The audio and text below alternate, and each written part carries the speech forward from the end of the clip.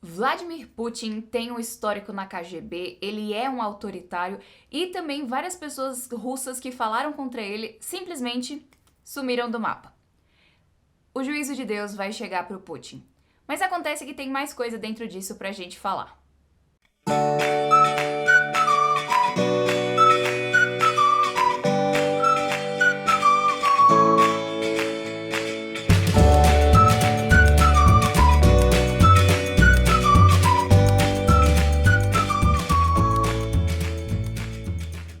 Oi pessoal, tudo bem? Sejam muito bem-vindas a Fé e Tulipas. É uma grande alegria ter você aqui. Para hoje a gente está conversando sobre essa questão do Putin. Mas antes, se essa é a sua primeira vez aqui, seja extremamente bem-vinda e não se esquece de se inscrever no canal e ativar o sininho para você não perder nenhuma novidade, porque esse aqui é um canal cristão que tem o foco de abençoar cristãos a estarem crescendo e florescendo na palavra do Senhor Jesus. Então, se esse é o seu desejo, seja mais do que bem-vinda. E eu achei interessante que eu tava ouvindo uma pessoa esses dias que trouxe um ponto muito interessante, de que o Putin, ele realmente criou algumas boas leis na Rússia. Mas a questão é que também a vida do Putin mostra que ele é uma pessoa que está constantemente buscando o poder e ele fez várias emendas à Constituição russa para aprovar isso. A questão é que durante a história vemos várias pessoas que tentaram de tudo para conseguir poder. E seja em escalas maiores ou menores, a gente viu o que o ser humano é capaz de fazer para conseguir. E nesse exemplo que a gente está vendo, que é da guerra entre a Ucrânia e a Rússia,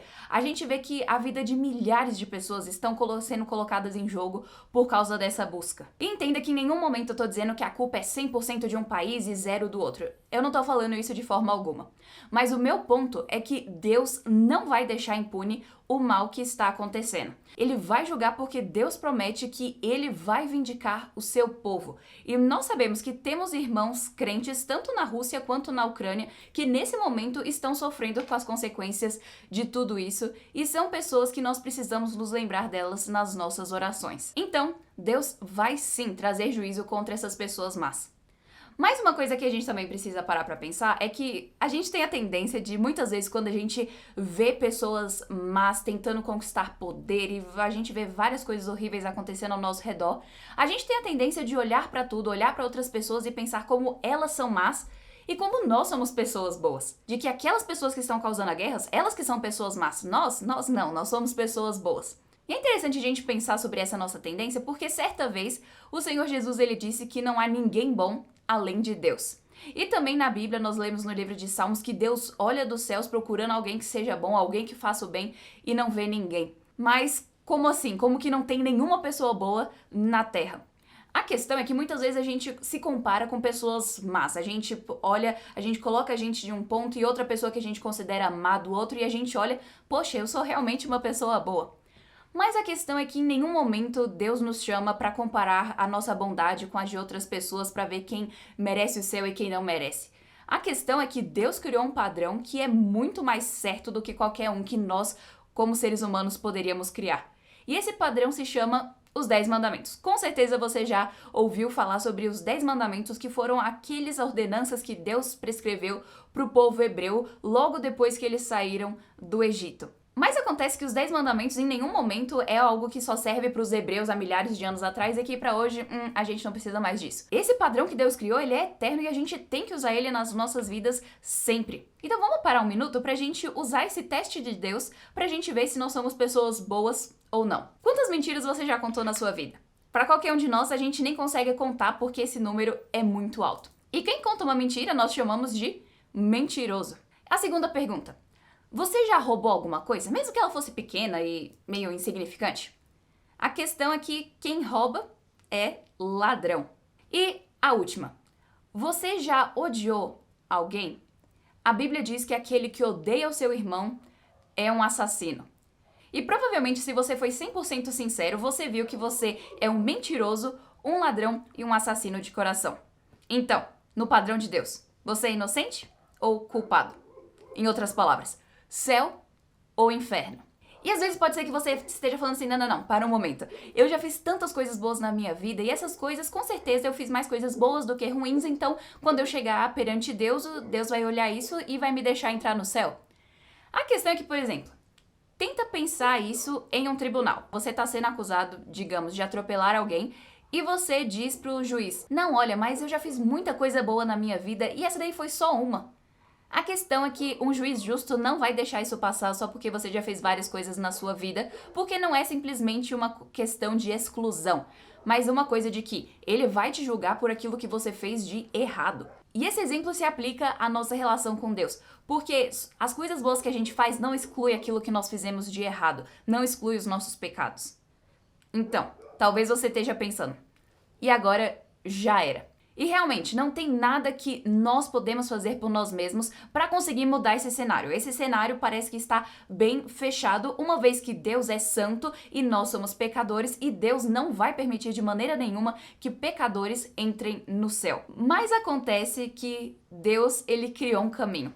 Deus enviou seu filho Jesus para vir, ele tomou forma humana, viveu uma vida perfeita. Em nenhum momento Jesus pecou. Ele foi totalmente perfeito. Mas mesmo assim, ele escolheu morrer pelos nossos pecados.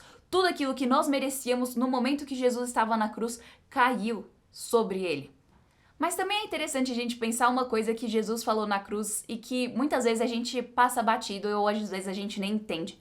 Jesus disse duas palavras vitais. Ele disse: está consumado. E isso significa que naquele momento que toda a ira de Deus estava sobre Jesus, quando Jesus diz está consumado, significa que ele pagou, ou seja, a dívida está paga. Agora todos aqueles que creem no Senhor Jesus não têm mais nenhuma dívida com Deus. E no momento que Jesus ressuscitou, ele provou isso, ou seja, ele matou a morte. E por causa disso, no momento que nós nos arrependemos do nosso pecado e vamos até Jesus, no momento que a gente se arrepende e deixa de lado todos os nossos pecados e confiamos somente em Jesus para nossa salvação, sabendo que por nós mesmos a gente não consegue entrar no céu porque é impossível, porque nós somos pecadores e somos manchados de pecado. Mas no momento que nós vamos até Jesus, pedimos que ele nos limpe de nossos pecados e nos salve, dessa forma nós podemos ser reconciliados com Deus. Ou seja, aquilo que a gente estava separado de Deus pelo sacrifício de Jesus, nós a ser literalmente amigos. E porque Jesus é o único que é bom, ele pode mudar os nossos corações, de nós que somos pecadores maus. Então, o juízo de Deus vai chegar. O juízo de Deus vai chegar sobre os maus. Mas acontece que se você confiar em Jesus e se arrepender do seu pecado, vai ser como se o juízo que merecia estar sobre você já caiu sobre Jesus. Então é por isso que eu digo pra você, se até hoje você nunca se converteu, se até hoje você nunca recebeu o Senhor Jesus na sua vida como único e suficiente Salvador, faça isso, porque o juízo de Deus virá sobre aqueles que são maus e aqueles que estão rebeldes contra ele. E se você já é um filho de Deus, tenha certeza de estar compartilhando com outras pessoas a mensagem de Cristo. Isso tudo é tão maravilhoso porque existe uma alegria incrível no momento que nós cremos em Jesus. Porque em Jesus nós temos alegria, nós temos paz, nós temos a felicidade de verdade. É maravilhoso ser cristão porque somente os cristãos têm uma certeza incrível que ninguém mais no planeta tem, que é de que Deus faz com que todas as coisas cooperem para o bem daqueles que o amam. Ou seja, uma coisa que está acontecendo do outro lado do mundo, de alguma forma, está sendo usado por Deus para ser bom. E essa é a certeza que nós cristãos temos. Cristãos, eles têm a alegria, a felicidade, a paz que somente Deus pode dar.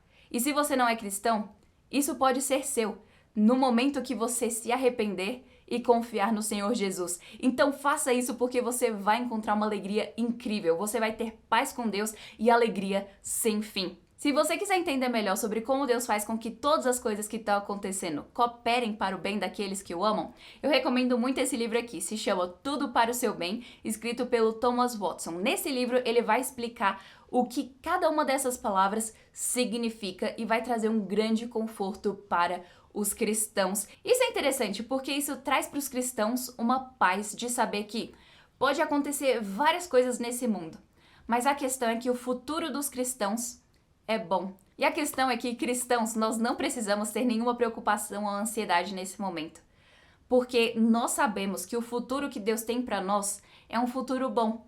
Se Deus faz com que tudo coopere para o nosso bem, então o futuro também é.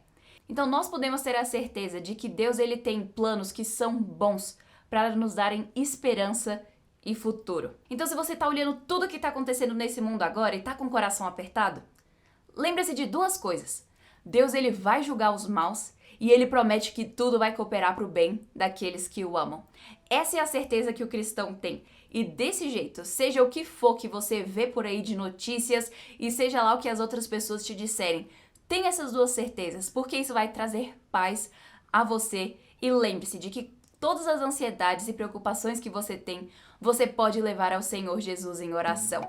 E também, lembra de orar pelos nossos irmãos que estão nesses lugares que estão em conflito tão grande. E a nossa pergunta do dia vai ser: como você conheceu o Senhor Jesus? Comenta aqui embaixo pra gente estar vendo testemunhos uns dos outros, pra gente estar se fortalecendo e lembrando da esperança que nós temos em Cristo.